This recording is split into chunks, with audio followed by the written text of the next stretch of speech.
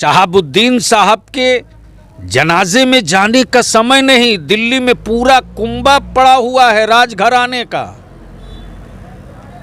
और बिरयानी खाने के लिए वलीमा में टाइट कुर्ता पैजामा।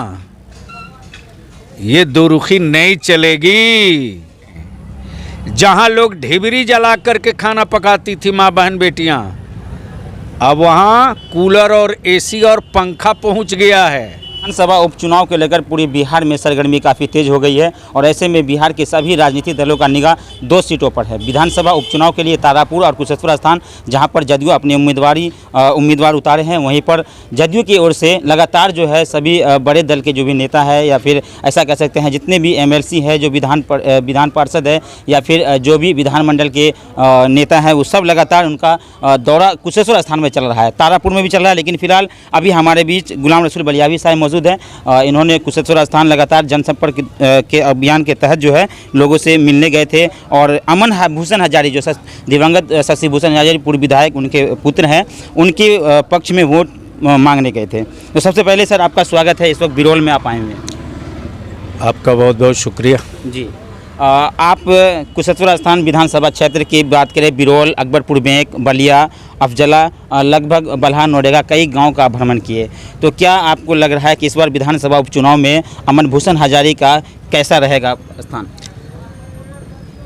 ये तो सभी जानते हैं कि शशि भूषण हजारी जी का जो देहांत हुआ वो स्वास्थ्य और शरीर के हिसाब से असमय देहांत हुआ है। जनता दल यू के नेता और बिहार के माननीय मुख्यमंत्री, NDA के नेता जनाब नीतीश कुमार जी के जो काम हैं, वो काम सभी तबका, सभी धर्म, सभी जात, सभी समुदाय के लिए हुआ है। आज जब गांव की महिलाएं, बच्चियां, बूढ़े लोग कहते हैं कि मेरे गांव में बिजली आ गई, तो ये बिजली आई है लालू जी के राज में नहीं, कांग्रेस के शासन में नहीं, नीतीश कुमार जी और NDA के राज में आई है। जो बच्चा गांव में है उसको भी मालूम है कि एजुकेशन क्रेडिट कार्ड के जरिए हमको 4 लाख रुपये की सरकार सहायता दे रही है। जो गांव में है उसको भी पता है कि हम फर्स्ट डिवीज़न पास करेंगे तो 10,000 रुपया हमको मिलेगा।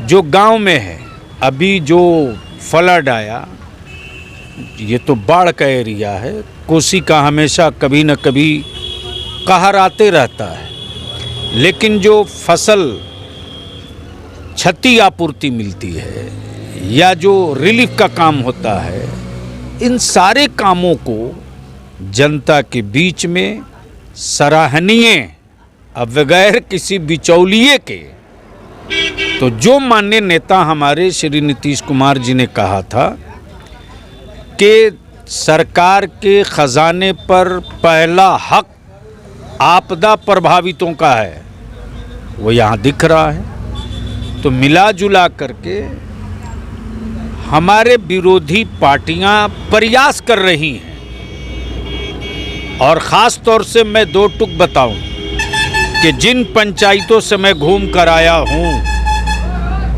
मुस्लिम अल्पसंख्यकों में लोग जो पिछले विधानसभा में कन्फ्यूज़न फैला रखे थे, अब मौलाना बलियावी को जवाब देने की ज़रूरत नहीं पड़ रही है, बल्कि जो तथाकथित सेकुलर लोग हैं, जो डरा करके मुसलमानों का वोट लेते, दिखा करके किसी को मुसलमानों का वोट लेते, उत्तेजना और भरम फैलाकर वोट लेते, अब उनको जवाब बढ़िया से गांव का मुस्लिम अल्पसंख्यक देना शुरू कर दिया है। लोजपा अपना प्रत्याशी उतार रहा है, ऐसा नहीं लग रहा कि जदयू का खेल बिगाड़ देगा? जनता दल यू किसी का खेल बनाने और बिगाड़ने के लिए चुनाव नहीं लड़ता है। वो अन्य दल के लोग हैं जो अपने परिवार के लिए राजनीति करते, परिवार के लिए वोट मांगते।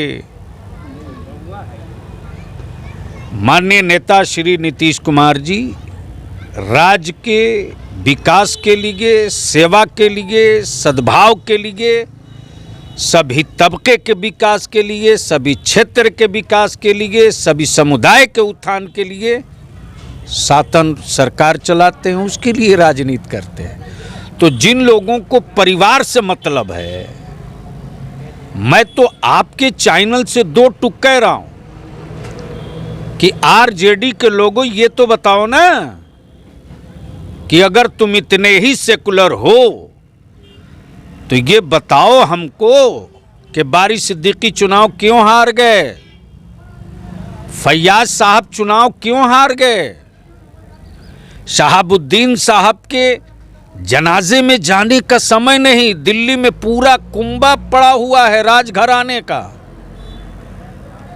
और बिरयानी खाने के लिए वलीमा में टाइट कुर्ता पैजामा। ये दोरुखी नहीं चलेगी। और काम की बुनियाद पर, समाजी सद्भाव की बुनियाद पर ये जो बाई इलेक्शन में 2 जगह चुनाव होने जा रहा है, विपक्ष प्रयास कर सकता है कि मैं हूं, पीछा नहीं कर सकता है। एनडीए के प्रत्याशी जितना दूर आगे जा चुके हैं। अमन भूषण हजारी इस बार जीत के कगार पर है। इस बार क्या, पहली बार वो हमारा बच्चा चुनाव लड़ रहा है और चुनाव जीतेगा। यानी आप दुआ भी दे रहे हैं उनको? दुआ हम ही तनहा नहीं दे रहे हैं, पूरे विधानसभा के शशि भूषण हजारी जी ने जो काम किया है सुदूर गांव में, जहां सड़कें नहीं थी, नाव रास्ता था, आज वहां स्कॉर्पियो जा रही है। वो गांव के लोग भूले नहीं हैं। जहां लोग ढिबरी जला करके खाना पकाती थी माँ बहन बेटियां, अब वहां कूलर और एसी और पंखा पहुंच गया है। ये भूली नहीं है माँ बहन बेटियां। इसलिए भरम फैला करके खुजली की दवाई तो बेची जा सकती है, सच्चाई नहीं छुपाई जा सकती। यानी कुल मिलाकर बात कहें तो विकास के नाम पर इस बार जदयू फिर से अपना प्रत्याशी जो उतारा है उनको, इस बार अमन भूषण हजारी को, वो इस बार फिर विजय होने जा रहे हैं। क्योंकि लगातार बलियावी साहब कह रहे थे विकास का मुद्दा, यानी विकास जितना किए हैं उसी विकास पर इनको वोट मिलेगा। अगले वीडियो में फिर मिलेंगे, तब तक के लिए धन्यवाद।